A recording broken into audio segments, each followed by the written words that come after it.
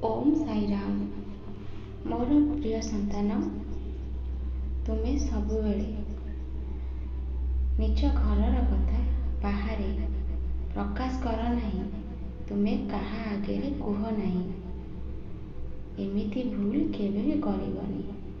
संतान, एतिकी जानी रख, आज एही दुनिया रे एमिति अनेक लोक अछंती जे मानको अन्य घरर कथा शुणिबाकू बहुत आनंद एवं खुशी मिली थाए।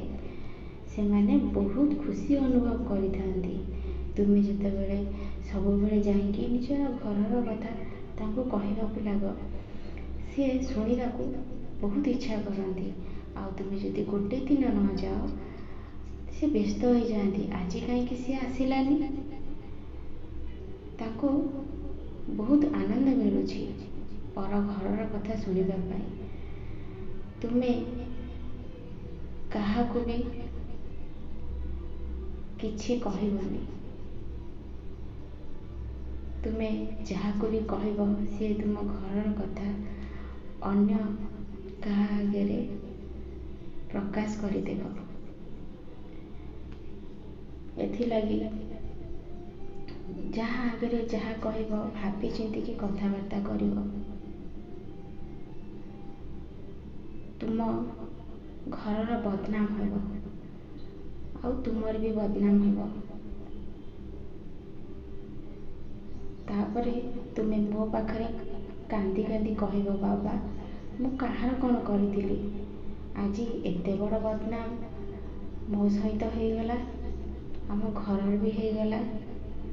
तुमे मते कांदी कांदी कह, बाबा मु की भूल करी, मो सहित मो घरर एते बड़ बदनाम हैला।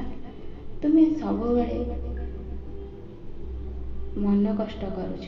तुमे सबुबेले चाहुछ कि तुमर सब कथा तुम मन इच्छा अनुसार ही हवा दरकार। संतान, तुमे एबे निजको बदलाई दियो। एमिति तुमे रागिला बेलू निज कथा निज घरर कथा जहाँ को जहाँ भी पारुछ कही जाऊछ। अति विश्वासी लोक को कहब मनर कथा, नहले तुम बाबा को कहब। तुमे कहारी आगे किछि प्रकाश करबनी। तुमे यदि कोठी बसुछ, भगवान को नाम को प्रकाश कर। से तुमर ठाकुर प्रति भल पाइबा बढ़िब। आउ भगवान को नाम प्रचार कले समाज रे वातावरण भल हम। समस्ते खुशी अनुभव करेंगे। आ समस्त को किछि भल कथा शुणिबाकू मिलिब।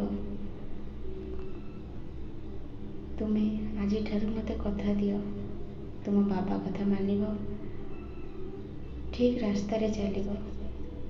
जदि तुमे एते समय तुमको मिलुछि बाहर गपिबा पाई, ताहाले सेतिकी समय मो साई चरित्र बसी पाठ कर। जदि तुम इच्छा करुछ बाहर गपिबा जाओ, मो साई चरित्र सब कथा तुम बसिक कह। मोर संतान, मु तुम ऊपर रागुनी, मु तुम भल पाई यही सब कथा कहूछि।